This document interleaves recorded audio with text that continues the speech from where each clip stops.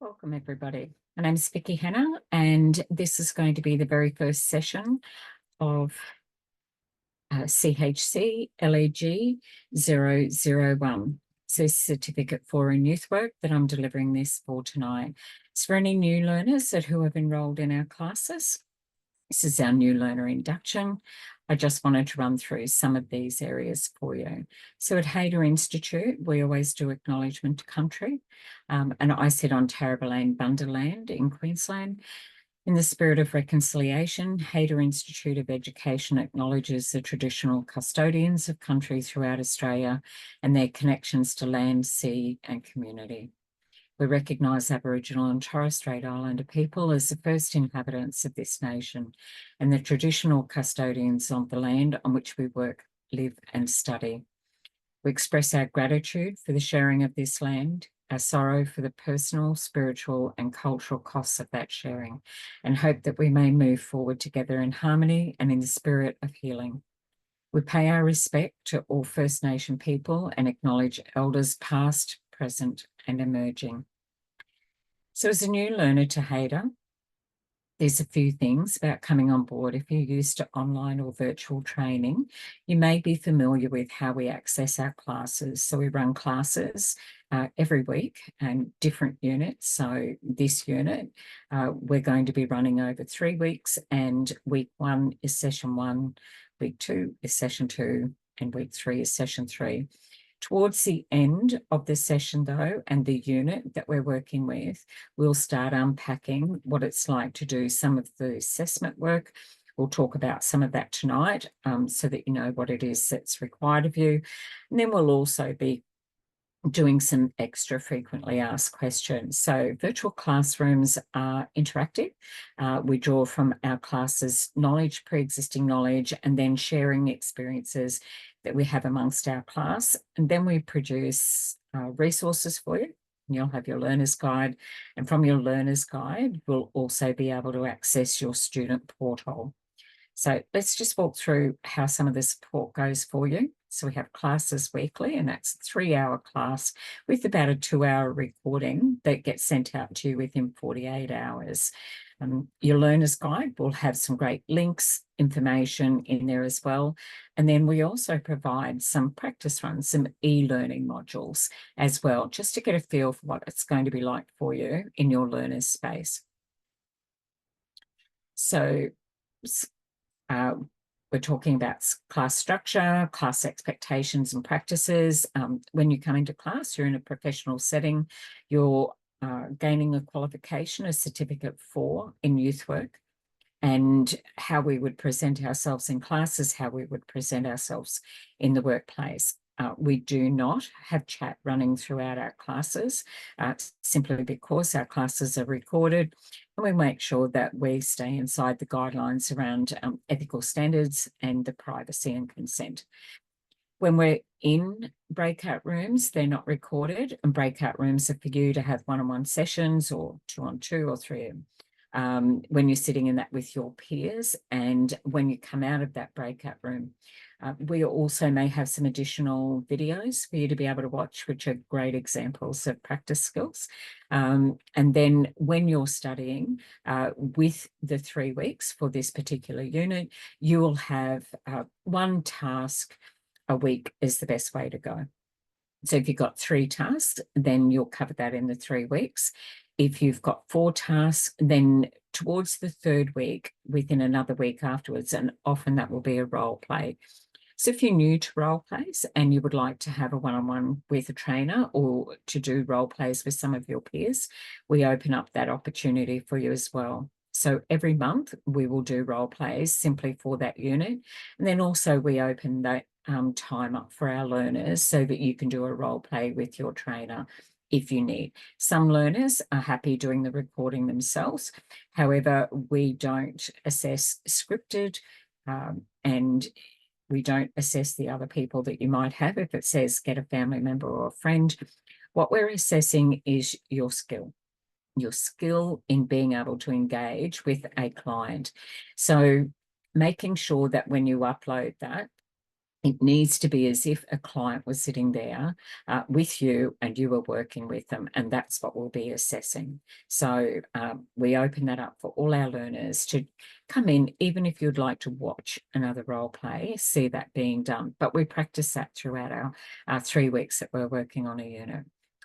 Your assessments are written. The information and your guide is in your learner's guide. So I encourage you to go into your student portal and download your learner's guide. You'll have access to that. And there'll be information in there that will help you with every one of those tasks. It's about 75% of the resources we provide you. But you might be asked questions where it's like, what is that like for you in your state or territory? And so there'll be a little bit of research for you to be able to do from time to time. So I'll just jump out of there. Sorry. And a self-care plan for you is very important when you're studying. So when we're doing a Cert IV, it's about 10 to 15 hours a week, and that includes your class time. So make sure that you manage that. Our best block of time is 45 minutes. So a little bit of reading and opening up, having attempts. You get 3 attempts at all of your assessment units, and we can certainly open up more for you. But if you do an attempt and it comes back as unsatisfactory, there will be feedback for you, and that will just say to you, try again. And it gives us a better idea on what the gap might be, something that we could work with you and individualise that support as well. So you can email lso@hayderinstitute.edu.au, and in your enrolment letter, it gave you that contact as well. And who do you go to get support is our learner support officers at Hayder, and they will guide you. They will answer your questions for you on the phone, and they will also refer it back to the trainers so that you can get one-on-one if that's what you need. So we share a lot of information amongst ourselves, and we may be spread across Australia with our head office in Melbourne, but we work very closely with each other every day. So we look at class participation. We want you to join in. We want you to feel welcome and comfortable. We look at self-directed learning. Also very important, you have to manage your time. It's adult learning space. We provide a safe and supportive learning environment for all of our learners, and there's an expectation of behaviour, expectations from our learners and also from us as your trainers. And when somebody is sharing a lived experience, it needs to be relevant, but we do not encourage that. If you're working one-on-one with the trainer, you could unpack some of that if you like. How do I take my lived experience and move that over into peer support space? We can talk about, but we don't do the sharing in our classroom because we're really mindful of how our words need to also be safe. Tips for studying, what our motivation is. Some people are intrinsic, so it comes from within. I know what my why is, why I'm studying that. Some are extrinsic, so related to outside factors, including other people. So I'm a more independent learner when I'm working, but I do like my peer groups and my study groups as well. So class is very rich conversations, and even though we don't record for anyone who's watching in a recording, in our breakout rooms, everyone comes out of a breakout room and shares that with everyone who can't be with us in real time. A fixed growth versus growth mindset. So, gosh, you know, we have to have a growth mindset. We need to be resilient and agile as youth workers. And if we are emerging youth workers, whatever your why is for coming into this space, know that we need to be caring for ourselves and to be open rather than perhaps having fixed views on what we think. And it's not really about our opinion. When I'm working with the client, my opinion doesn't count. My professional experience, skills, knowledge, and subject matter expert is what matters when I'm in that space. So I ask you to connect with your why. Why did I do this study? Why am I doing this work? what field do I want to go in? And then what does that look like for me? Am I making this a career? Is this something that I just want to do for professional and personal development? Is this going to get me out of the work that I'm doing and into another area? So I'll come back to that quite often. You know, describe your client. Who do you think you're going to work with? And you may change that along the way. You might discover that there's certain topics and areas that we cover, but you're not really wanting to work in that part of it. Youth work is very broad. So we work with young people. Youth is considered from 12 to 25 years of age. Up to 34 is Gen Y, so often our young parents. And then also, when we're in this space, we will work with that early intervention prevention. So I'll finish off here. I'll jump out of this space now because we've got some learners wanting to come into class, and I hope you're joining us straight afterwards.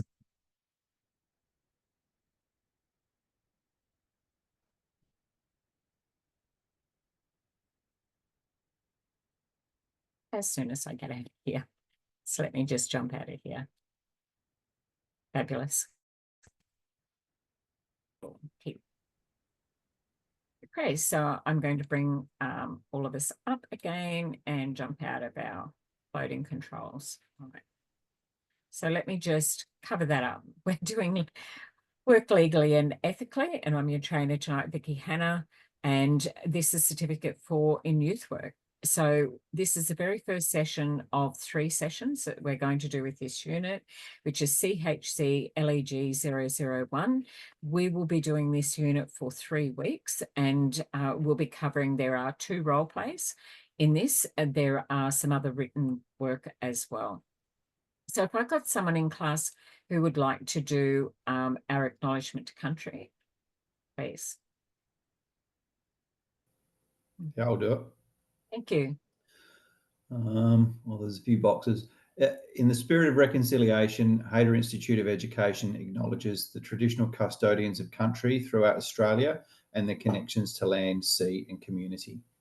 We recognise Aboriginal and Torres Strait Islander people as the first inhabitants of this nation and the traditional custodians of the land on which we work, live and study. We express our gratitude for the sharing of this land, our sorrow for the personal, spiritual and cultural costs of that sharing, and hope that we may move forward together in harmony and in the spirit of healing. We pay our respects to all First Nations people and acknowledge elders past, present and emerging. Thank you very much, Matt. A little bit of housekeeping, cameras on if you're comfortable with that. It does save your bandwidth if you don't. If you need to look after yourself, this is an adult learning space and we are all working from home, and I acknowledge that. Microphones on mute, so we don't get too much chatter behind. But we are a small group tonight. We know that when we step into this space, we've turned up for work. We do have class break times. The way our class runs is very learner driven. So we will have 1 break and then I will make some allowable time for everybody after the class. I encourage anyone who watches the recordings to come and join us in class. And if that doesn't flow for you and you have questions, then to please come back and reach out to us. You may notice that sending direct emails will go to another team. That's because we want you to have a very quick response. Some of us, and I'm one of those trainers who have my emails, and you can contact me directly on viki@hayderinstitute.edu.au. However, we do have a team, and if you send an email to lso@hayderinstitute.edu.au, if you're a new learner, then on your enrolment letter, then there's a team there that are there to assist you. If you've got a question about one of your assessments, they can go in and have a look at your page. We're doing some great work there, and we've got 3 new staff to make sure that everybody is being supported, or can book you in with role plays if you haven't had someone get hold of you. All you've got to do is just request who you would like to do the role play with, and they can do the booking for you as well. We have respectful relationships with each other, but also with ourselves. Don't be too hard on yourself if there's something that you're stuck with. If you've got a question, it's valued in this space. It is safe, and all our language that we use here is meant to be safe language. Our words matter with our clients and also with each other. Please no smoking or vaping on camera, but you are working from home. I want to be mindful about a trigger warning. You may think that certain units won't do that, but I want to let you know that sometimes these things can come up for us, and it could be an unresolved issue, not for you, but maybe for someone close to you. And also know that when we read a story, that we can be impacted by a person's story. We come into class to learn how it's all knowledge base, but it's skills practice as well. And that's where our role plays come in. So if you think of role plays in your assessment as professional skill development, that's really important. But if at any time that you feel that you've heard something or you've read something in your work, then please look after yourself. If it's playing on your mind, then I encourage all students to ring Lifeline 13 11 14, or if you've got a one-on-one, then just say, listen, that topic we had, it actually, I could really feel that was inside my head. I struggled with that a little bit. Stay with me after class. Then I will use that as a professional setting for you and show you how do we unpack that as a worker in the sector, but I would not be your counsellor, even though I am a counsellor. It's not my role, but when we're in here, it's how can we read and read that safely? How can we be a worker and look after ourselves? And then be kind to yourself as well. Make sure that you get good balance. But a Cert 4 is between 10 and 15 hours of study every week. So you might be working in the sector and you don't need to do all that study, but you might also find that classes, I'm getting a lot out of that, but I encourage you to do your tasks each week when we are in class, even work on that while we're in class. If you've got a question that pops up for this unit, we can unpack that as a group. By the end of this session, this week, you'll have an idea about the sources of legal and ethical information. That just means the legislation and the act in your state or territory. We're going to talk about NDIS because it is such a big part of our sector. You may be employed by an organisation that has NDIS clients, or they may have some part of NDIS funding. Rights and responsibilities of workers, employers, and clients, which is the legal and ethical, the privacy, confidentiality, and disclosure, and informed consent, really important. So getting consent is one thing, but informed consent is where the legal side sits. So we have, when we talk legal, we talk criminal, and we talk, oh, what did I do? Something, a skill. So we talk civil when we talk about legal, and we talk about criminal as well. Does that make sense? Okay there? Great. So session 1, policies and procedures, love them. I really do, hand on heart, love policies and procedures. But I only like them if they're practical when we take them into the workplace.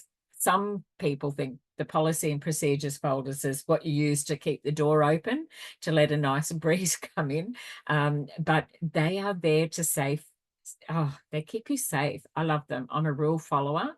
I like order and structure. And for me, a good policy is one that makes sense on the ground.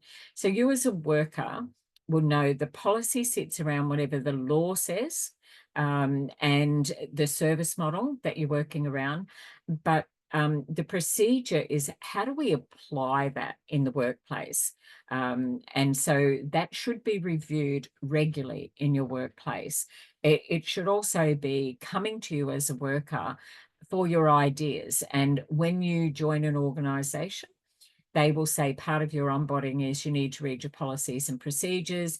And a lot of people will rush through them because they go, well, I've got to say I've done that. But this is what stands by you. So when I have a team meeting with the team that I run outside of my role at Hayter, every week we have a policy on our team meeting agenda. So we're continually working in that space. So we have policies and procedures that are around if we travel with a young person in a vehicle, we have our duty of care, we have policies and procedures around our casework. And then we have, even at HADA, every week with our trainers, we have what's called community of practice, which is our ongoing quality assurance and quality improvement. This is what we're supposed to do. How does that fit for you in the day-to-day? So some policies you think it's a reach, but in our situation, let me share my screen up here and I'll pop out. So we have the legislation, which is the law. We have the industry standards, which are required. So some of you might work for the education department. That will be where they set.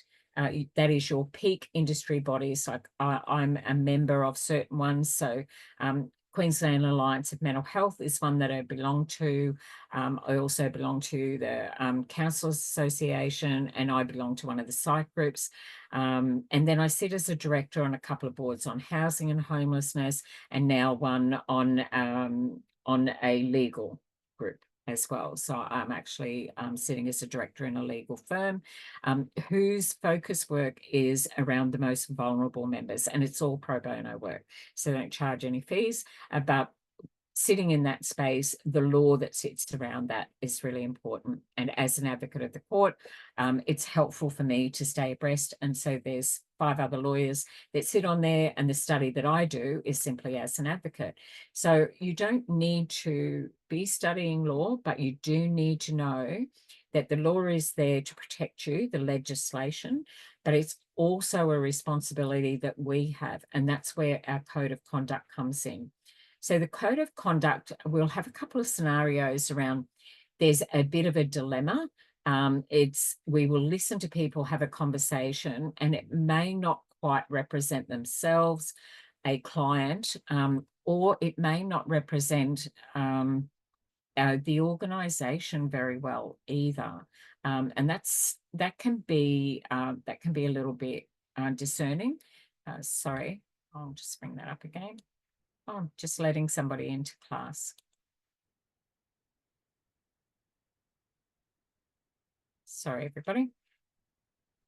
Okay, so policies and procedures give us an idea of what we're supposed to do day to day.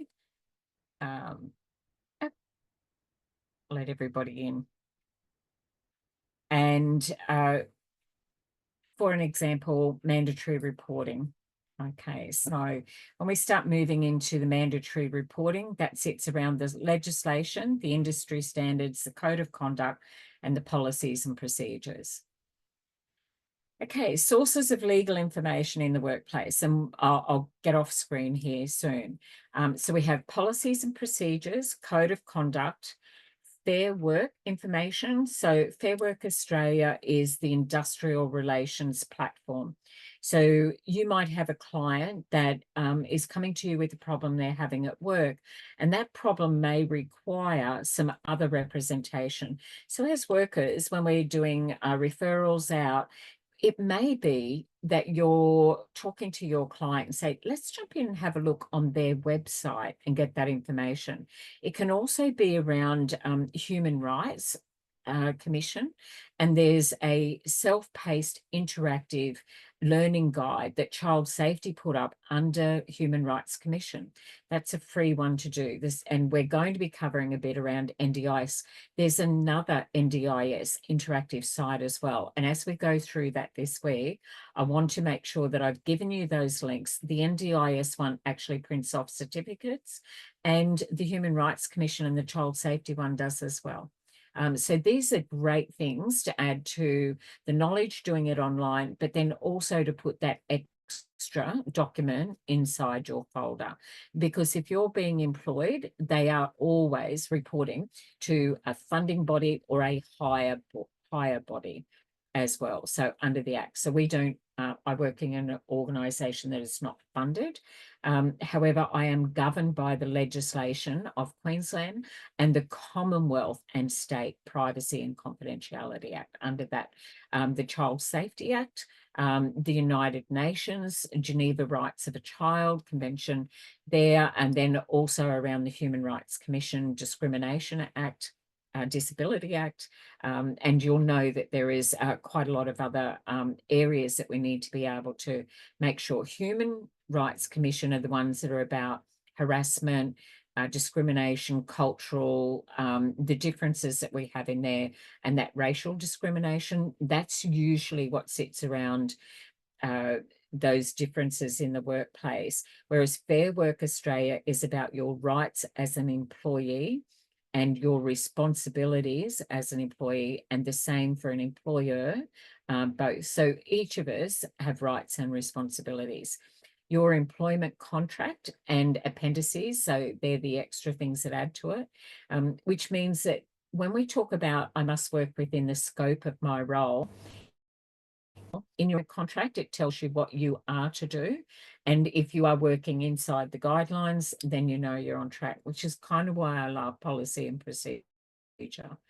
Awards or enterprise agreement. So if you've got some people who work in the community sector work under different awards. Outside of HADA, I work under the SHADS, which is the Social Housing and Community Sector Award. And they go up in levels. So there can be like a level 1, a level 1.1, and it stops at 7.1. And it's very, very clear under the awards, which you can find in Fair Work Australia site, exactly what you can and cannot do when you are paid at that level. So you're entering into a sector that is very regulated and then also monitored as well.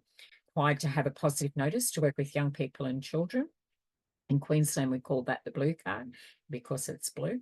And then if we have an NDIS card, we call it the yellow card because it's yellow, but it's called an NDIS screening card. And those two things are linked in Queensland. Where your state and your territory is, we'll have a talk about what that looks like. You'll need that if you're going into work placement to make sure you've got that ahead of time. To work in youth work, you must have that. You must be a fit for purpose person to be around young people and children because they are vulnerable and they are under that legal age to represent themselves.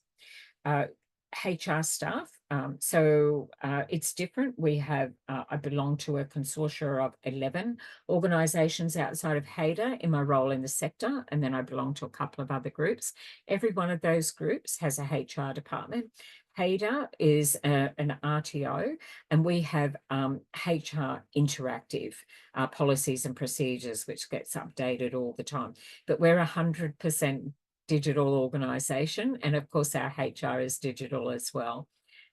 So our footprint is very, very small at HADA, and that's one of the things that it does really well. Union representatives, I joined the union at a very late age, mostly because I wanted to be able to get the training and development that they offer as a union member, and it's current. I like to know what the new laws are as I'm working in that space. And as a trainer, I have a responsibility to know what's happening so that I share current and relevant information to you as well. So it is not compulsory to be part of a union. And in our sector, it's very flexible. Once you start to work in other organisations, you may find that sector is different. And I'll bring that back to the class and we can share our own knowledge around that. And then professional development, which is ongoing, something that we must do all the time. I never stop learning. And when I say that, I'm studying all the time. So I'm studying at the moment 2 extra quals, and then I'm hoping to have those finished by the end of the year. And then I'm jumping straight back into that study again. So it never ends because our brain is a muscle and we need to exercise it. But there's a time where we can actually do too much, and you want to breathe. You want to go, okay, that's it. I'm done with books. and I've had enough, and I want to now go into that skill side. Hi, Britt. Okay, so we might do a check-in and just see how everyone's traveling tonight. So let's just, I'm not going to open up chat. It gets a bit busy and a little bit distracting. We might just pop around the room because we're starting a new unit. So Scott, on a scale of 1 to 10, how are you checking in tonight as a worker? I reckon I'm sitting about a 7. Just Okay. getting tired at the end of the day, but all good.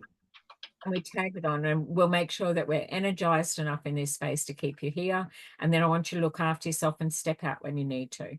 Okay. All right, because it's going to be recorded. Mario, how are you? Yeah, not bad, thank you. Like, That's good. I think to tell the truth, I'm probably about a 3 because, like, I don't know. Yeah, I haven't like caught up on any homework and stuff. So I know that the assessments are piling up. So like, yeah, just been going through a fair bit as well. Like, myself, but look, I haven't disconnected myself completely, so I'm in here. Not sure if I'm going to be all night in the thing, but I know that I'm not going to give up. I'm going to have to start strap my boots and get back in the wagon again. And yeah, like, to tell you the truth, sorry, I don't want to take too much time, but to tell you the truth, one thing that this is discouraging me is that I came into this course, took a leap of faith, and now that I've been doing it, I know that you need the working with children card to do this kind of job. No, Okay. actually, You want me to just, and we'll do. Okay, so we've been talking about policies and procedures and getting documents ready and things like that. We started it off, and legal and ethical framework is a big one for us as workers and also for our clients as employees and also as employers. So Britt, how are you checking in tonight? Have you got a number between 1 and 10? A week ago, I would have said 2.5 when we Okay. spoke. But I think I am at a point where I can say I'm a solid 7. I Okay. think I've literally, after having the discussion with you, I've literally changed my mindset, and all the negatives I try to put into positives, and I just need to focus. Yes. Like we spoke, essentially, I want to move out of what I'm currently doing. And I've started applying, which is for me a huge step, because like I told you, I've got 3 little ones and a family, and a lot of things happening. But it's just I'm just feeling much happier because I know I'm going to essentially end up where I need to be. Good. Yeah. Just sometimes have to bring that goal a little closer sometimes. Don't underestimate that your original why I want to do this work. And I know that study is a huge journey for all of us. And I feel for you. And I know that you've got busy lives, and I know you jump into night classes, and it's amazing. And we're talking about what it's like for us in the workplace, because this is your workplace when you jump in. And when we're doing a unit like this, the legal and the ethical framework, we cannot discount things like psychological safety. It's actually law. It's law in the state where Matt lives. It's law in the state where Scott and I live. Olivia, I believe it is law in your psychological safety, and it's also law in the Northern Territory. So, Britt, where do you live?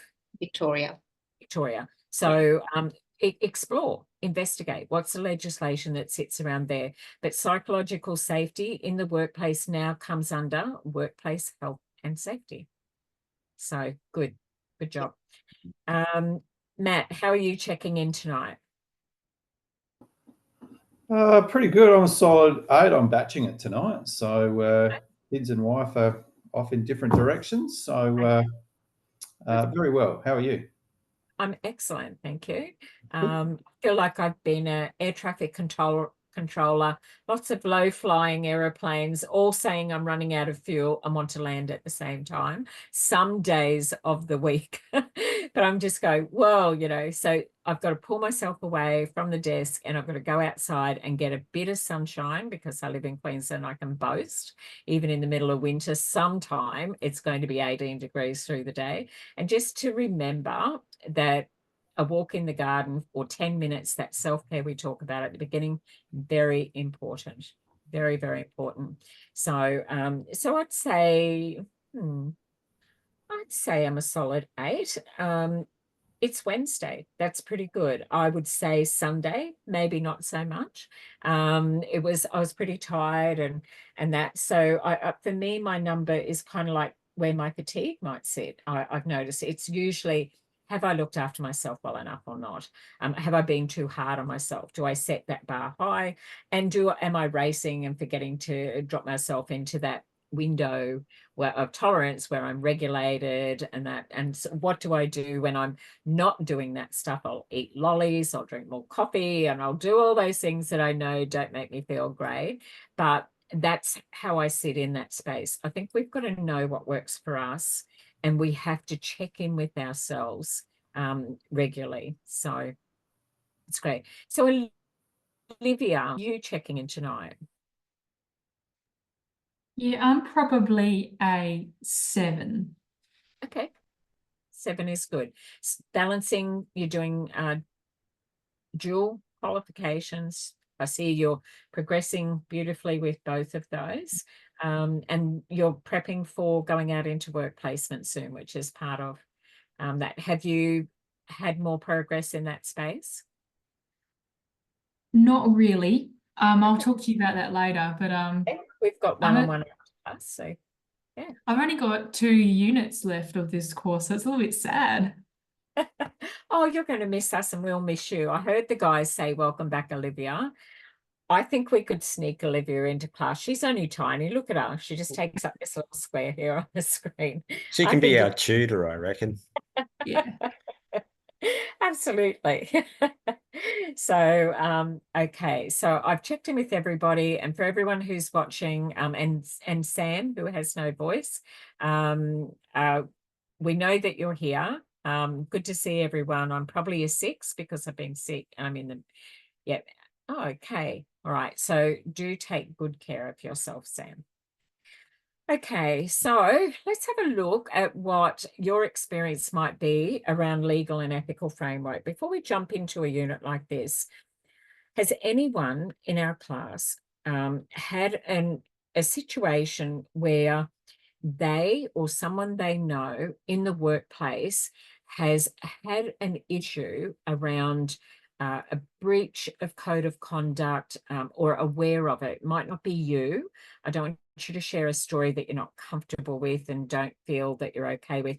But have you ever seen anything happen or had an incident happen where the policies and procedures did not play out the way you had hoped they would play out? No, Scott's always been nice and tight in the work that you do. Lucky you. That's good. Great. Matt, how about you?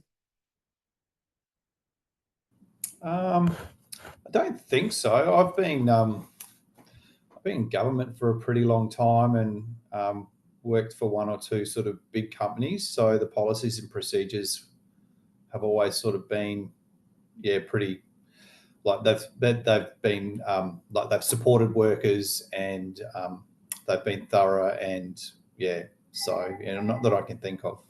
Great, that's good. Mario, what about you? No, I can't think of anything now. No, that's okay. And Brit? Well, I'm in retail, so policies and procedures, we have to do induction, and we have to follow a set policies and procedures because we work with cash, we work with so it's quite structured. So nothing's happened so far. Hopefully not, fingers crossed. Of course, you've got those policies and procedures. Yeah. Yes. Great. Okay. And Olivia, experiencing any of that? No, not yet, but Okay. maybe in the future. It's a kind of good to know. Hope you never have to apply. Yeah, Matt. Mm. I was just thinking, quite a few years ago, I did actually work in a butcher shop for about a year. Mm. And there was definitely no policies or procedures, but I had to take a stand once. There was a pretty dodgy bandsaw that the blade would sort of move around when you were cutting chops or whatever, and had to take a stand and refuse to use it. And after many months of it being fairly dodgy, so hey presto, it got fixed pretty quick. But I don't know if that's kind of what you mean. But It is. Yeah, it's a policy and procedure, workplace health and safety. So when we talk about legal and ethical framework, it's what is the law? Workplace health and safety is a law. And so if you walk past it, you're responsible if you don't say something about it. So it's like if we watched someone in the workplace who was struggling and we didn't say anything about it, then we have a responsibility as well. And the reason why they've moved it into workplace health and safety, psychological safety in particular, is that you can't always see the damage that something does. So if someone is anxious about working with a saw that is a bit dodgy, and at one accident, you can often have an accident because you are anxious and you're heightened rather than calm and really having the right level of focus. But if you're working with faulty equipment, it can make you feel unsafe. And when you're unsafe, you don't do your best work. When you're here with young people, you're driving cars, you might find that things can, I know we've done a role play time to time where we've got to de-escalate, but then one of those role plays is about the appropriate physical force to calm someone down. So for a lot of people in the workplace, not me, because I'm a petite person. So when I say that, I mean I'm not 5 foot, so I'm larger than life on the screen. But when you meet me, I'm not. So I would not walk up behind a 17-year-old enraged teenager and put my arms around them from the back in a bear hug. I would not do that. But what I would do is I would sit down like how you would do, and you immediately become submissive, the non-aggressive person in that situation. So we have to have strategies that are fit for purpose for us and in that space. So for me, I always want to de-escalate, but I'm not a fool when it comes to if there's a weapon and things, I know where the exit is. I've planned for that. I'm on my way out, but my language then is soothing. So if I join them where they are, it can escalate very quickly. But if I'm like, I hear you, I totally understand. You're right. You've got every right to feel enraged by that. I understand. I get it, mate. Okay, because I want them to come back to their window of tolerance, and I can't work with them when they're heightened. I also can't work with people when they're really low. They can't work with anyone either. This isn't about us in that space. This is about, I need for you to be in that window of tolerance, and to do that, I have to be as well. So that's where our safety comes in. So yeah, it can be equipment. Driving in a car, leaving a file open with someone's name, that someone can read it, like lots of things around us in day-to-day are hazards we have to potentially be aware of. If we know, like in youth work in particular, a hose can be used as equipment for a suicide. So I look at a hose, I don't see a hose. I look at a hose and I see that. A young person looks at a hose, could see, oh, that's for a bong. So it depends on where we're up to. So I don't leave hoses around in any of the areas that I work in. For lots of reasons. But watering cans, I will make sure they've all got one outside their door. If they want a little garden, then they can have a watering can and there's a tap. But it's just some of those preventative things. So when you're a youth worker, the lens you have over things, you will see things differently around the potential to, and that's your knowledge. So if you've done your policies and procedures and you knew that, if you knew that, Matt, workplace health and safety would be on you not to say something. If we know that someone is under duress or being bullied or harassed in the workplace and we walk past it, the responsibility sits with us. Whereas once it would be, I'm just glad it's not me. And you might know that about a person in the workplace, but we can't walk past it anymore. We have responsibilities and we have rights. And that's what we're going to be working with our clients, is that you might take them to the Fair Work Australia site and it's like, well, here are your rights. And there's an interactive self-check on that website where they can go, well, I feel like I'm being bullied at work. And you can say, well, there's interactive. We could do that together, or you could go to that website and check that out for yourself. So they do that. And it's like, well, I haven't met the threshold. Well, why does it feel like this? And as a youth worker, then you can unpack that for them. So it's like, what is it that this feeling is reminding you of? Where's that coming from? Have you ever felt like that before? Okay, so as youth workers, we are boots on the ground workers. So we need to know this so that we've got that, and that's in our toolkit when we're working. All right, so what we might do is I'm going to just share my screen now, and we're going to have a look at our scenario that sits around our role play. We're going to take this into the breakout room. We're going to make tonight.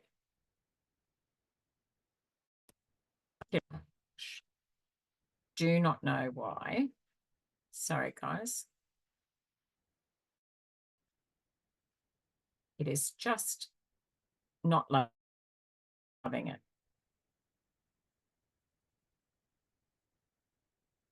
Okay, so this is our role play for this unit.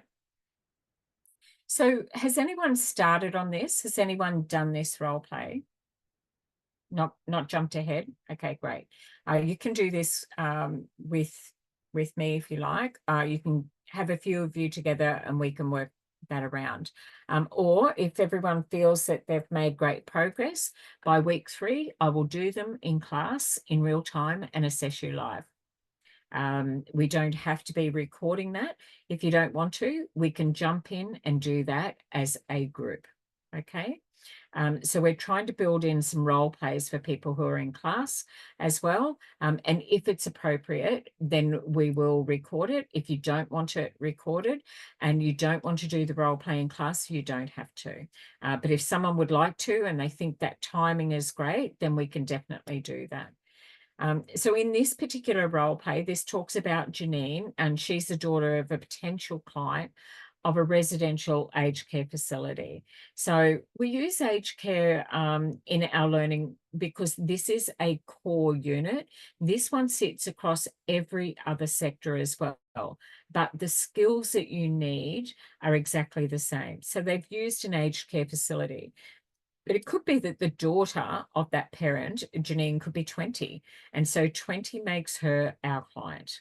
And she's worried about her mother in this aged care facility. And Janine is worried about how they store private and confidential information about their mother who has moved into this aged care facility. So you as the student are required to read this scenario below, and we're going to do that together. And then I'm going to pop you into a breakout room. And I want you to come back out of this with each of you will have one area. So there's enough of you here tonight. If there isn't, then what I want you to do is to pick 2 things. But one of you is going to do duty of care. What's the duty of care around this? One will do what is the legal and the ethical obligation relating to confidentiality. So why must I legally and ethically care for that private information? And then one of you is going to talk about what would be the standard of securing and maintaining private and confidential information. And then the other will talk about your duty of care and who can access that client information. And then another of you will talk about the electronic and hard copy records of maintained securely private and confidential information. Now, it sounds like it's a policy and procedure, but it's more than that.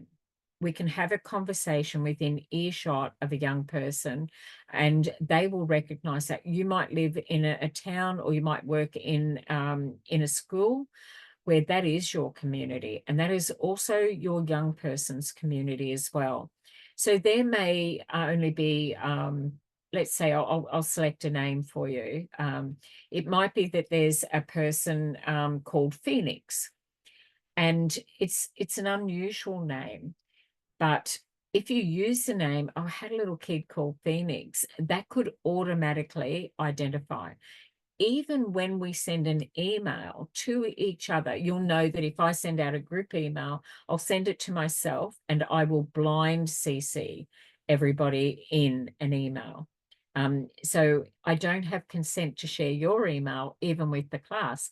You have consent to share your own email, but I don't have consent to do that. So I'm really mindful around what our privacy, confidentiality, and storing that. So when we look at electronic is emails. And if you make an error, and we are human and we do make an error, then we can usually have a disclaimer at the bottom of our email. This email is intended for this purpose only. If you have received it in error, please delete that. Okay, so then that puts the legal responsibility on the other person. I know this email isn't for me. It is not all on you. You can make an error. If you notice it, some people can go in, if the email hasn't been read yet, you can retrieve that email. Okay, so we need to have an understanding around that. So this is what we, as the assessor, are going to assess you on. In your role play, did you raise the duty of care? Did you talk about the legal and ethical obligations around privacy and confidentiality? When we start working with the client, we talk about privacy and confidentiality. We say that everything you say to me is private and confidential. That will be what I'm looking for in your role play. The only time that I would share information is if you were at risk to self of harm or harming others. But then I will always add for a young person, or if someone's harming you, because that then becomes my role, my duty of care. And if you add that, then you've met that threshold. So we're talking about everything you say to me is private, nothing about you without you. When I look at informed consent, I have to get permission and consent from that young person. Now, if they're 5, I still need to pitch it at a 5-year-old level and say, you know, you've told me something and I know you said it's a secret, but I might have to tell a grown-up about this, and that is not dobbing. That is reporting, and reporting is about where we are safe. That's how I would pitch it for a 5-year-old, especially if a 5-year-old disclosed and it was mandatory reporting. So we must make it safe when we hear that information, and safe also for our clients to share that information as well. So Janine's worried about her mum. We're going to make the assumption that Janine is older than 18. So Janine is sorry, not her mother, sorry, father. I want my father to feel safe and that he is looked after. So that's what, you know, you're going to have the person play in that role. So you will then respond something along the lines, you should explain that where you work has a duty of care to keep her father safe. Matt, you would say it's our responsibility once the child comes into the school grounds, that we are responsible for that child. When you're a worker, the employer is required to make sure that it is safe for you to do your job and that you have the resources made available to do that job. That's their responsibility. So with Janine, she's worried. So it seems like privacy is going to be how Janine measures safety. So you're going to talk about duty of care to keep her father safe and free from harm. That it's your role to look after him, and he will do this according to their practice standards. So you as the worker will follow your policies and procedures. We've got guidelines. So we don't talk like I'm going to follow the practice standards to people when we're talking to them, but we're likely to say we've got very strict guidelines that we must work within. And we're wanting to do here is what? Reassure Janine that she can trust us. She wants to know that we've got good practice guidelines and we've got good policies and procedures. Janine, my father realizes that he requires more care than we can provide. So there's some sadness here for Janine. There's some sense of maybe I'm, sending my father away.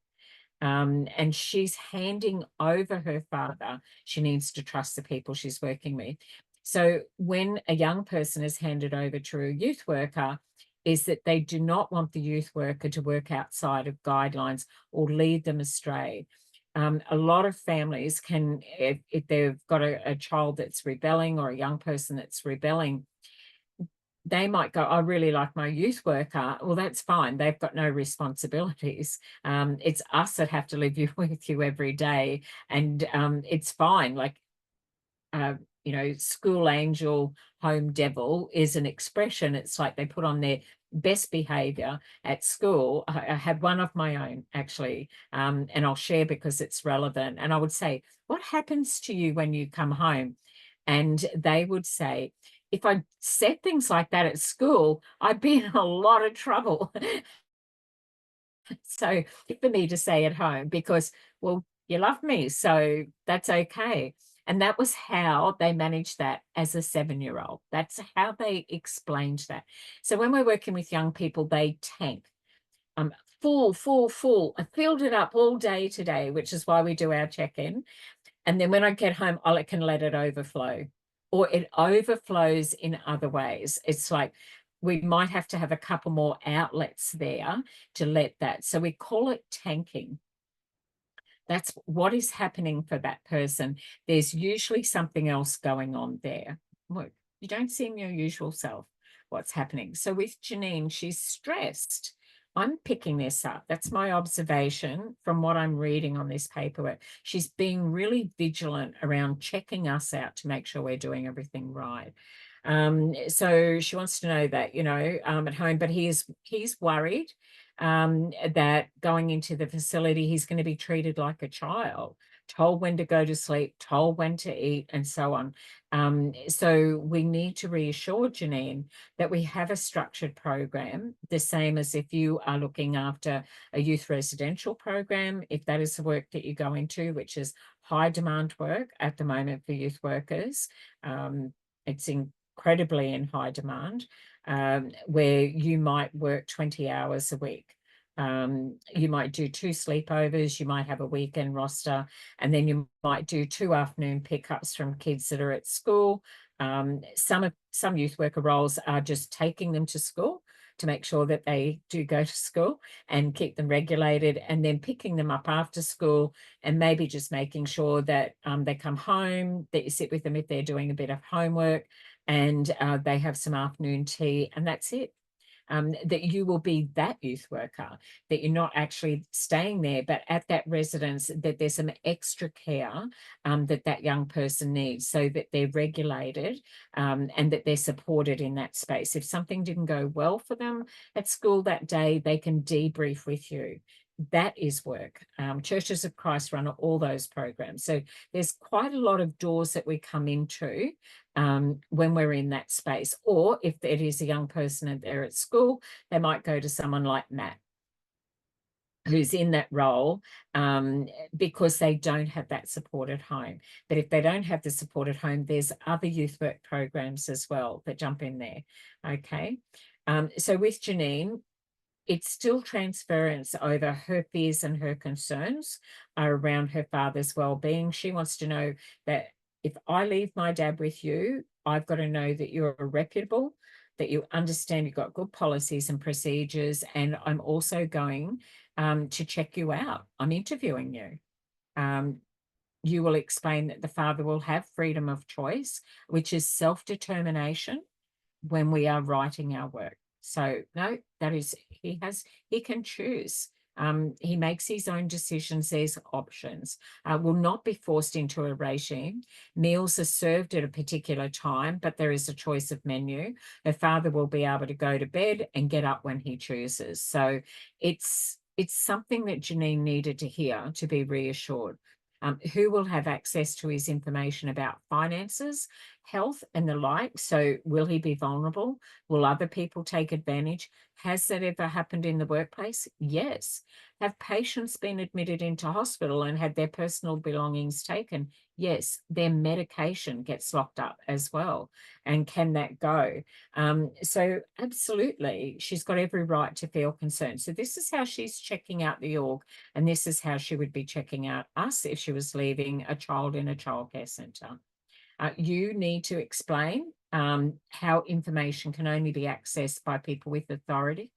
And when we write our file notes, we would not write her dad's name. We would write M or room 7. So I don't talk in the program that I work in. No client's name, no tenant's name is provided to the finance department who monitor the rent roll.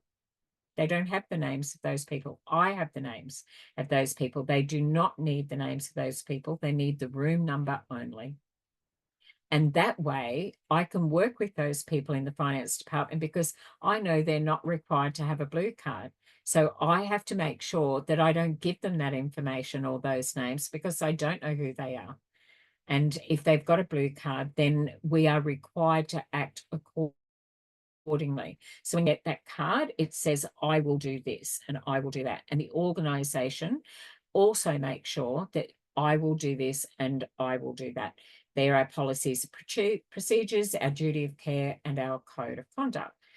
So who's got access to this document and has been able to download the role play instruction? This is task 3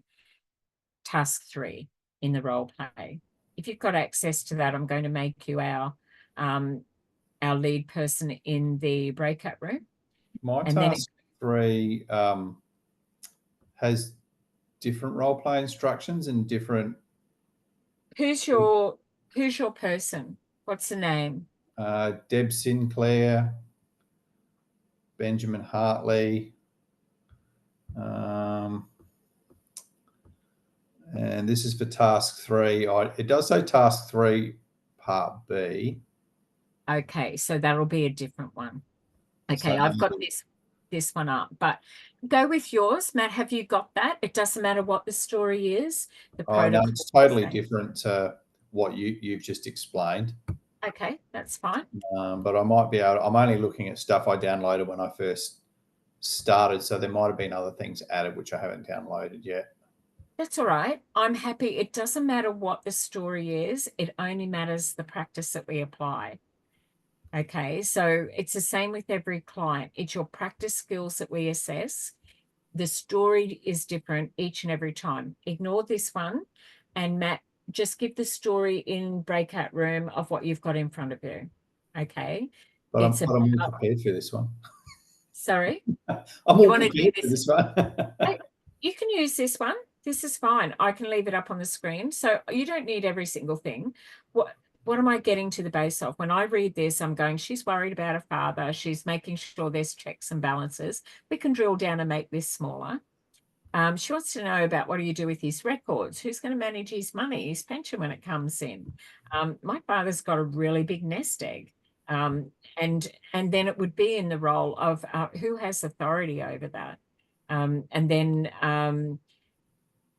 she's worried that her dad is divorced and she doesn't want the mother to be able to access information about the father. And then the student would explain that information will only be shared with the wife if the father consents. So this comes down to capacity. Does the client have capacity to make decisions themselves. So when we say nothing about me without me to a young person, that's exactly what we're talking about. But if she has authority over her father, legal authority over her father. So when you're a child under child safety, then the parents retain, if they're on an order, the government have that, but it's a temporary order, usually for 2 years, and goes before the courts. But long term, beyond that space, the parents must be involved. If there's a medical matter, they must be informed, even if they've gone into foster care. There can be no decisions made about a young person without the parents knowing. They have to make all reasonable attempts to contact the parents and be part of that. So they've made a decision the child can't live with the family at that point in time for whatever reason. They may be in foster care or they may be in a youth residential. So usually children under the age of 13 remain in foster care. Children in residential, it's usually 13 and over, where they have some more independent living skills. So are you comfortable to go with just that general story around Janine? It doesn't really matter because we're talking about privacy and confidentiality. And on our slides, we had our circle, which was around policies and procedures, duty of care, legal and ethical framework. What would be our legal responsibility? What would we do with the document? And what would we do with the digital side of it? And also, if we're talking about someone, if you want to refer them to somewhere, then we need to get informed consent. They need to sign that referral form. Okay, so what are the steps around it? So are you right with Janine, or would you like me to give you somebody else? Yeah, no, let's go with Janine. Go with Janine. She's Yep. worried. Mum and dad are divorced. She knows that he needs greater care. And so he's going into a care facility, told what to do or treated like a child or locked up like he's in detention. What are some of those legal and ethical decisions that you want to make? Sounds like her dad's still got his faculties, but needs more care than living in that house on his own. Okay, so I'll pause and we'll come back after. Good. How'd you go? You looked after the grandfather or the father? Yeah, I think we looked after him fairly well. All I want to do is work out which is the legal, which is the ethical between it all. So it's a pretty simple unit. I went in and I did find a different one, I think, because this is the, they call it the old poll, but it's not an old poll. But I think they have upgraded the newer document in there, but I'll just work from what you guys are. That's the role play that you're working to, but it's exactly the same. How we assess it, it's still around the privacy, confidentiality, how we manage ourselves in that space. That's great. How did you go? Good? Pretty good. Yep. Yep. So I'm definitely going to register my dad in Scott Care. Scott Care. Yeah, they assured me, they answered all of my questions, and I felt comfortable and confident that our family's information will be treated with confidentiality. And even though we live in a small community, I was assured that there's policies and procedures and regular training and expectations on employees around maintaining confidentiality, or like patient confidentiality. And that despite the fact that, there was, I guess, like routines around, like, meal times and that sort of thing, that that Dad would certainly have a bit of autonomy over when he did different things, and when he could go to bed and when he could get up, and what he could eat and that sort of stuff.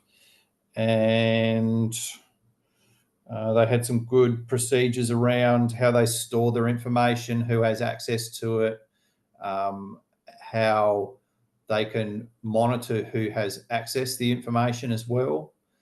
And hard copies are secured. Financial information is handled by a different sort of group of people. So the care staff don't necessarily see all the financial information, and they had some good procedures around making sure, you know, that mum didn't stick her nose in where it wasn't wanted. Mm-hmm. So, yeah, all in all, they did an excellent job. Yeah, that's great. So you've captured everything.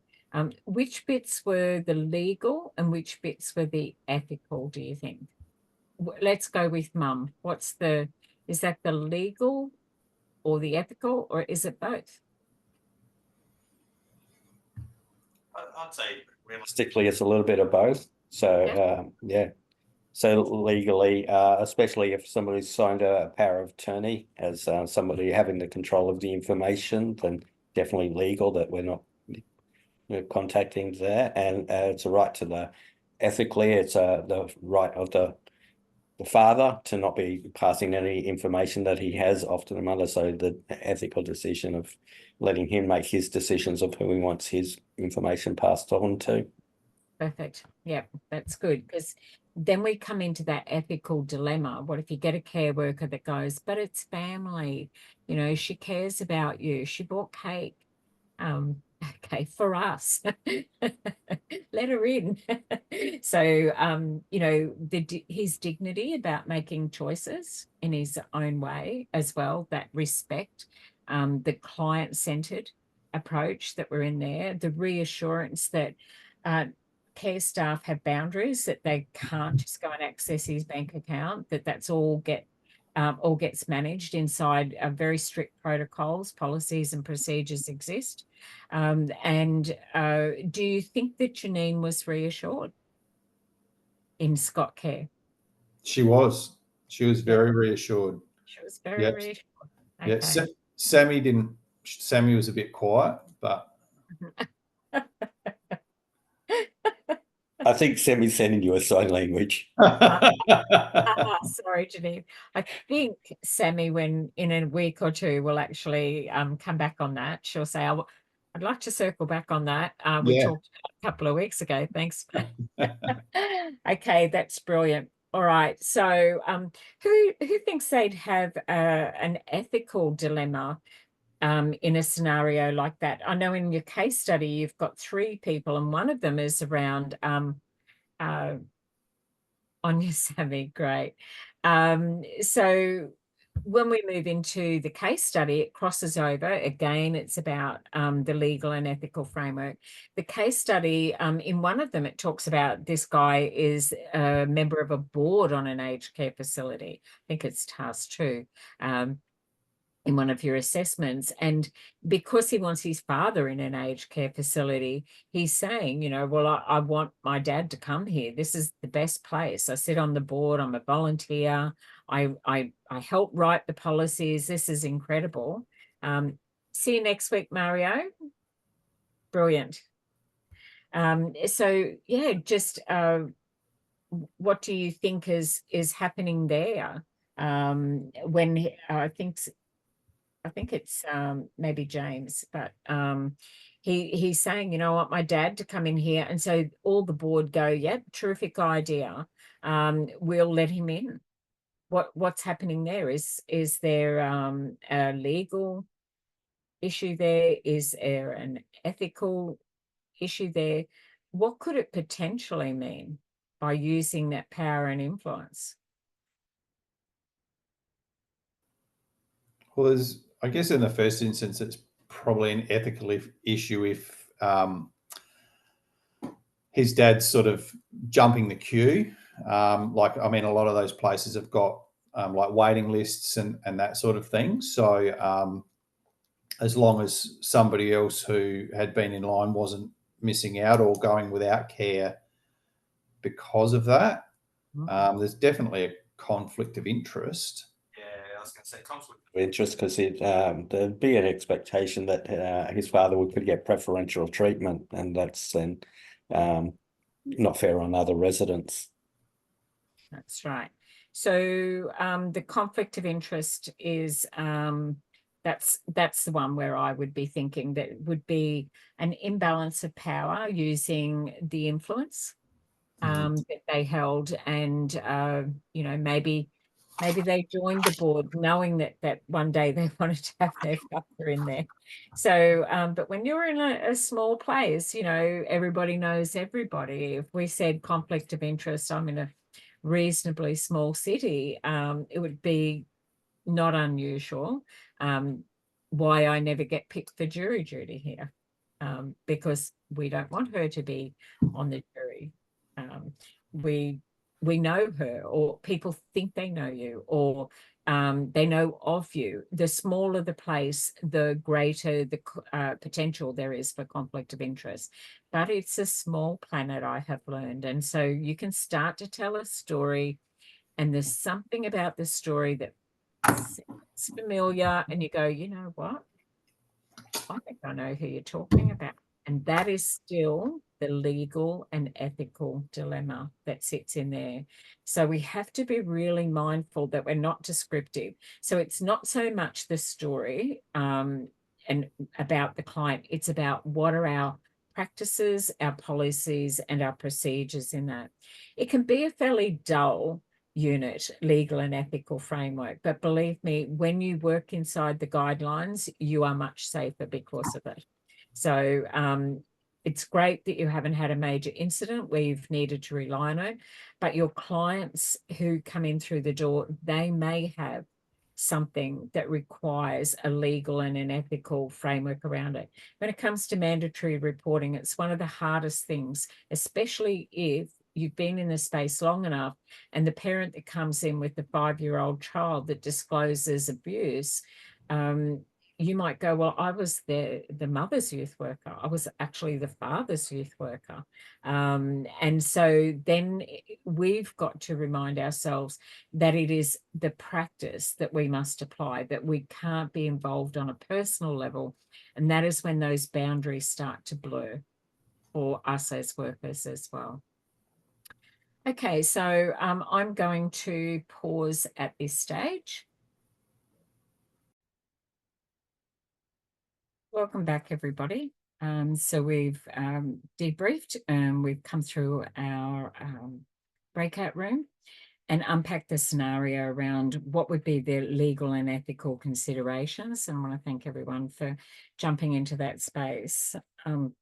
So our slides are really about unpacking what our legal and ethical responsibilities are.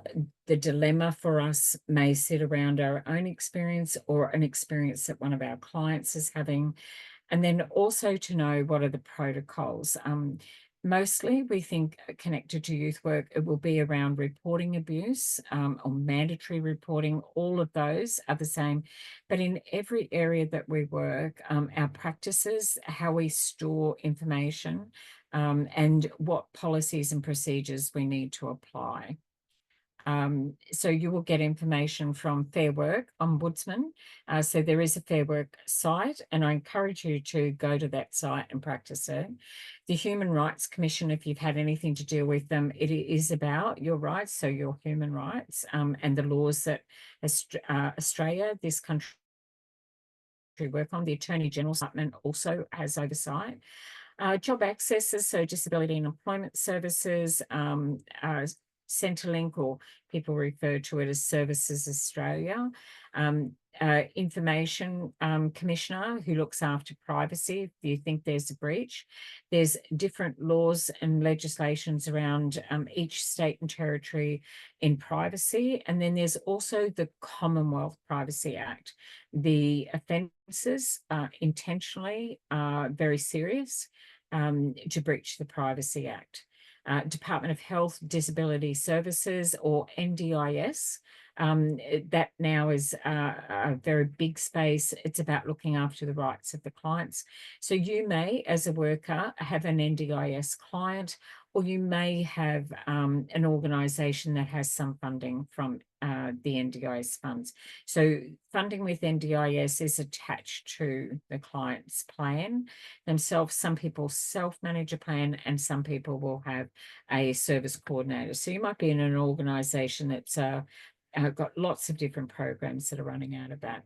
And then the Department of Veteran Affairs, and that services vets as well. So there's quite a lot of legal information. we spoke about unions as well as good representatives. They also, members, have access to legal advice around employees' rights.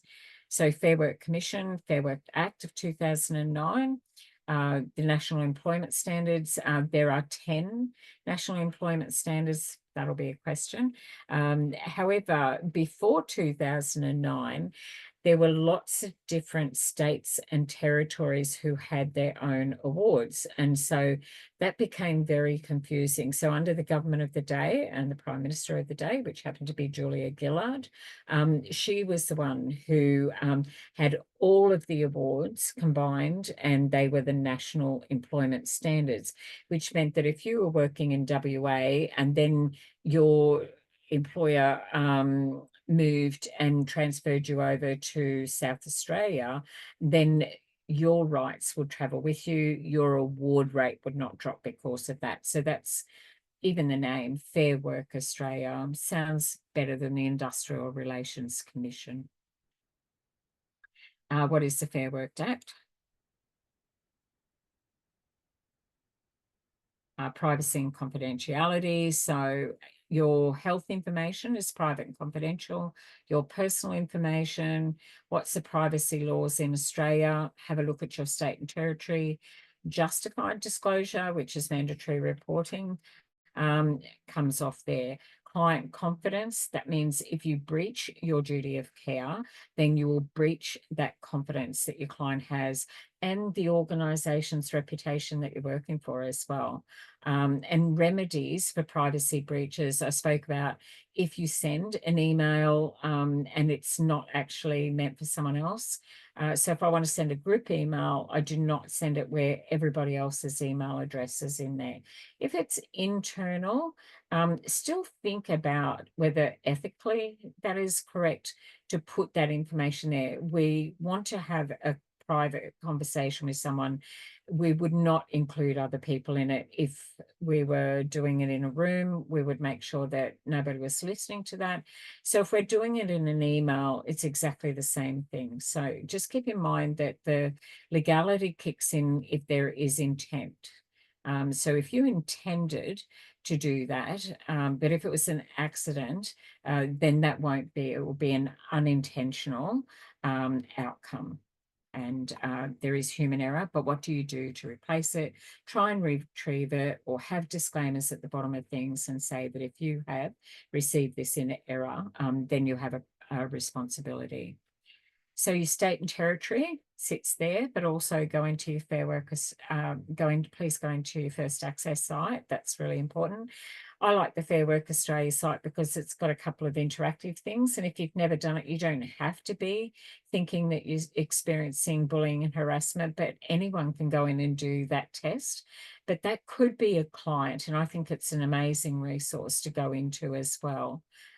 So I encourage you to go in there and test out the resources, because this could be something that you could help a client with who is experiencing something and quite stressed about it. The national privacy principles, how we collect information, access security, passcodes, things like that. Data security. So I know if I am working in a project that is funded by the government, I have to actually be issued my clearance by the government as well, because I would have access to a lot of people's information. So to do that, I have to have had a police check. To do that, I have to have a working with children card. We talk about informed consent, and these are videos that you're going to be able to watch. Freedom of information, we're using Victoria because Hayter's head office is in Victoria. Know your rights. Again, we have more videos. So tonight is a lot of videos. So I wanted to just run through around NDIS, which is the National Standards for Disability Services. When disability services split in the government of the day, it went two ways. One way was the care recipients, and that is NDIS, and the other way went to Carers Gateway. And then lots of different organisations got the funding, and that was the service to look after the carers who look after the people that need care. So it's being managed, perhaps it's a beast of a thing. And there's a lot of work. There's already been one Royal Commission around NDIS, mostly why it was about the breach of people's rights, the participation and inclusion, which also means that's if it's going well. But if it's going badly, it's not having access and not being included, like excluded because of your culture, your beliefs, your sexual identity. So this is what it's like when it's gone wrong, when you have a Royal Commission. Individual outcomes, feedback and complaints. I made complaints, it didn't happen. A whistleblower space, having access to a service or not getting that for whatever reason, how that service is managed. These are the 6 standards that sit around the National Disability Insurance Scheme, which is NDIS. DSS fund the NDIS scheme. They fund Centrelink. They are that organisation. They fund Carers Gateway. So it's the Department of Social Services, which is federal funding. So your state or territory receives funds, and it will be community mental health, community alcohol and other drugs, and disabilities as well. So what are the consequences of a breach? It can lead to legal action. And that's where the intent comes. If it's unintentional, then it could be that it's a fine, enforceable undertakings and jail for a person in control of a business who is undertaking that service. So the acronym is PCBU, and then dismissal of a worker.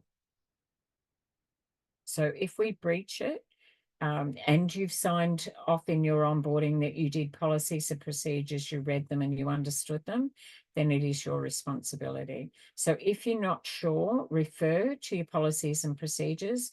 If you're still not sure, then ask your line manager what that might look like, and do your own research. Ignorance will be no excuse for you in that space. But if it's unintentional, the best thing to do is say, look, I think I may have made a mistake here. I've sent an email to somebody, it's got that in. Usually your line manager will make a phone call and contact the person. Look, I'm sorry, we just sent an email. We aren't able to retrieve it. It does have confidential information in there. I'm wondering, could you see if you've got that? You have. Oh, wait. Okay, yep, it's here. Can you delete that for me now, please? And they will state that. So your file notes then will be the action you took when you noticed that something unintentional had happened. And that way you are covered. By covering it up could create a much bigger problem, because then the intent to cover it up comes into that criminal legal action space. A client has the right to say, my right to privacy has been breached and it has caused me harm. If it's unintentional, they could go, everything, it was an error, human error, everything that could have been done once it was noticed. It would only be if they go, oops, sorry, then that would be negligent. So we look at peak body, non-government disability services and organisations, People with a Disability Australia, First Peoples Disability, National Ethnic Disability, Women and Disabilities, Children and Young People with Disabilities. So the reason why we talk about that, they're our most vulnerable members of the community. Not only are we looking at youth work, we're looking at young people who have high and complex needs, or that young person is caring for an adult that has disability. So a lot of young people are carers. And they're disengaged from school, they're not getting enough sleep, they're worried. And that's mostly because they're parenting their parent.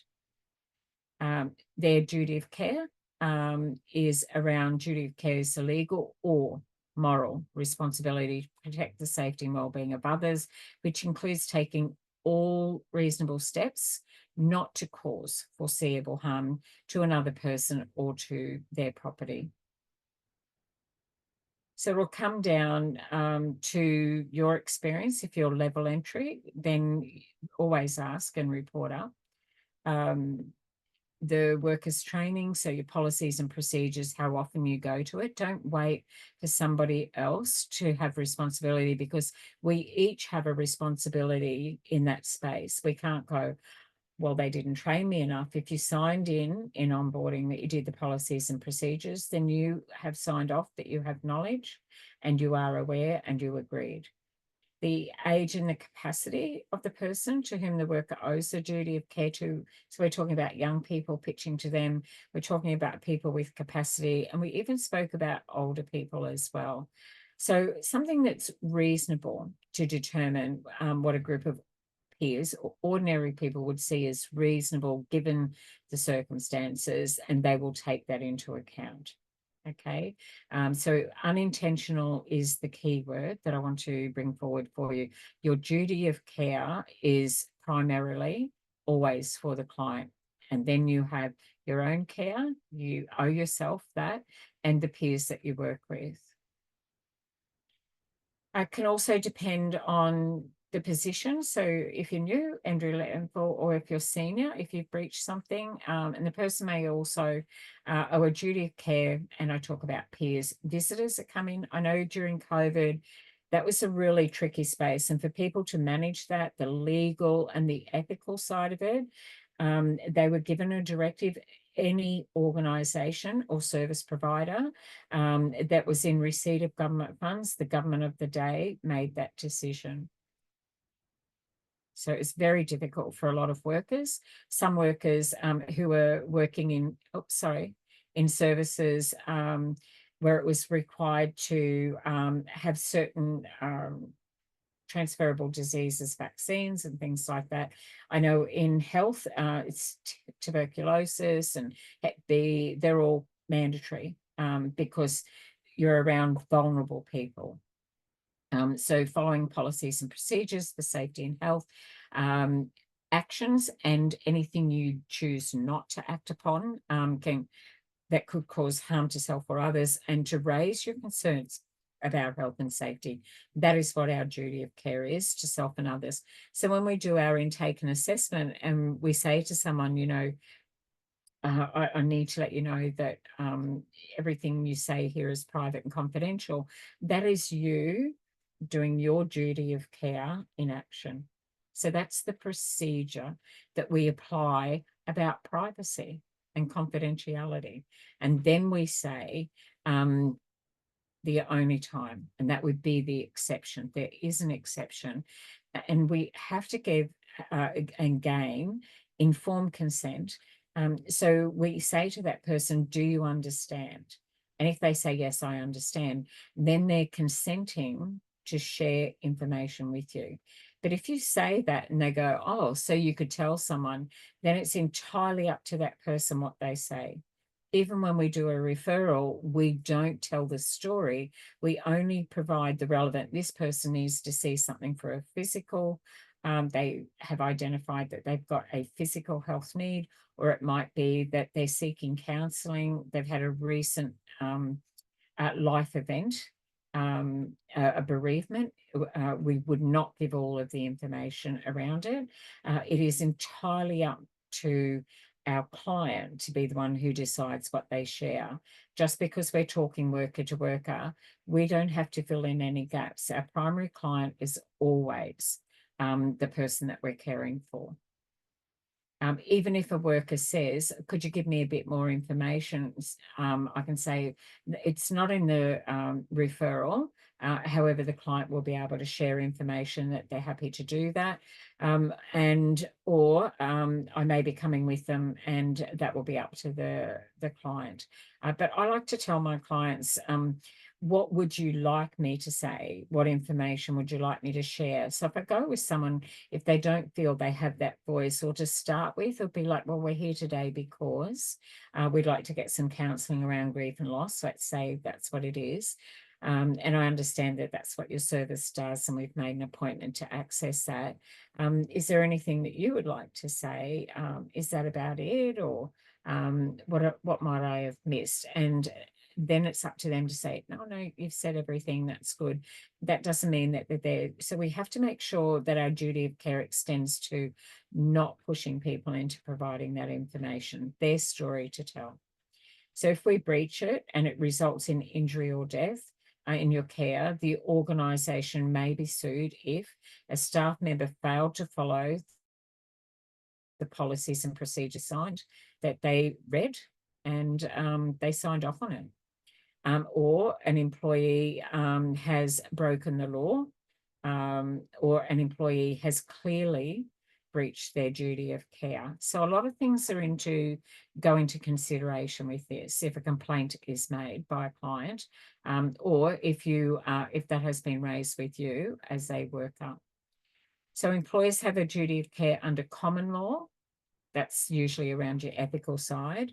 And then workplace health and safety regulations to ensure that no harm comes to employees at work or visitors that come into the workplace, or under workplace health and safety. Now, if you are dealing with a public servant of a government organisation and you are a member of the public accessing those services, if that employee has caused you harm, then you are covered as a person who's had a psychological injury, and you can make a work cover claim. So it's not being tested, but there will be more of this happening. So it really makes sure that people are protected, that just because a government public service has an authority does not mean that they must not comply with those same laws.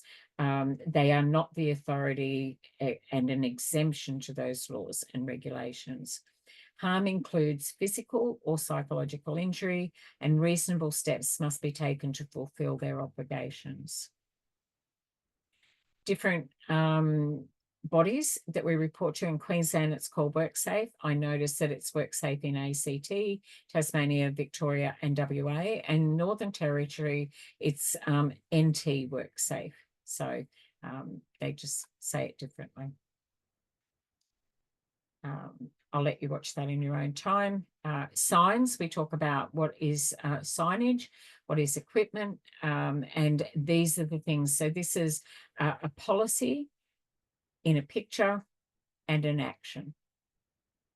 So if we have those around there, all those prompts, and what would be the emotional and physical injury that could be cause harm of children when they come in to a workplace environment. Don't think that an admin office doesn't have hazards and risks for small children. They do, because we think of it through the lens of a child's eyes. So when you're working in youth work, you may have a young mother's program or a young parent program. When we're working in that, we will crawl on the floor like an 18-month-old with those young parents and say, now let's look at it from an 18-month-old's lens. And we've got to find bits and pieces on the floor or PowerPoint plugs and things like that. So we can't just ignore those things. We have to think of the clients that we've got coming into that space and intentionally make that safe for them. That's our legal requirement, because workplace health and safety is a legal act under every state and territory. So if they're visiting a mental health facility, then must be supervised at all times, because things happen, and you cannot be an unintended bystander who is harmed. And so they're saying it is, you bring your child into a facility, you are the person who is legally responsible. The moment a sign is put up like that, they have advised the visitors of their legal responsibility to supervise their children at all times. So if they didn't have that sign and something happened, then there could be an argument that could be made, like, I had no idea, it had nothing there about children not being able to be here. So the signage is very important. The policies and procedures can't sit in a file in a computer or be a folder that you prop the door open with. They must be an action. And because we're working with different demographic and different psychographic, signage is very important. There has to even be safety in the words that we use. So we consider how young a person is, their capacity to understand, that if we've got a minor, that they must have an adult present, and then the consideration of other clients in the facility and how that may trigger them. If someone's held up in a facility and they can't see their own children for whatever reason, seeing other people's children can be quite triggering. I'm really mindful of that. We run a residential youth program, and in that model, families and carers cannot come to the house because it reminds other young people who are residents that they may be disconnected from their family. And so it doesn't always make them feel good. Things like at schools where they have, oh, we're doing Mother's Day cards and Father's Day cards.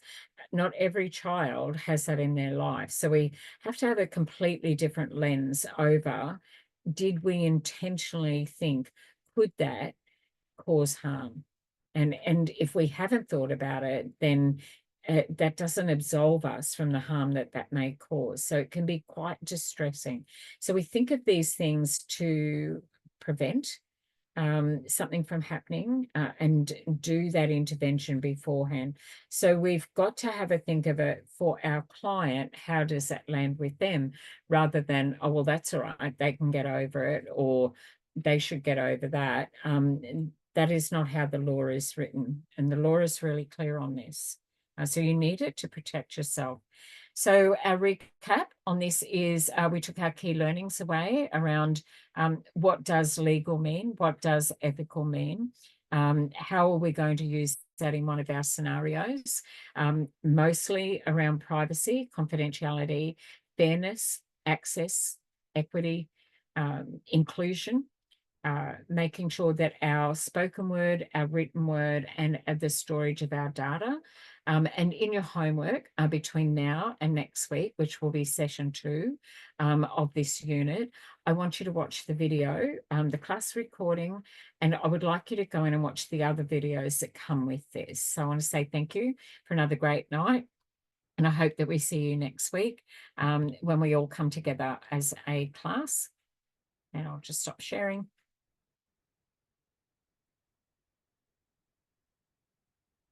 And if you can't real time next week, then please watch the recording, because there's going to be information in there for you to help you with your assessments. If you're ready for role plays, then reach out and let us know and book those in for you.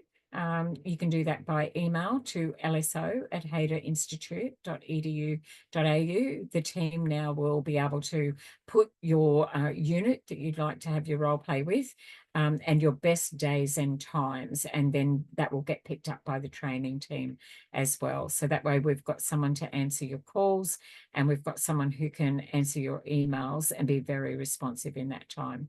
Okay, have a great week, and we will see you next Wednesday.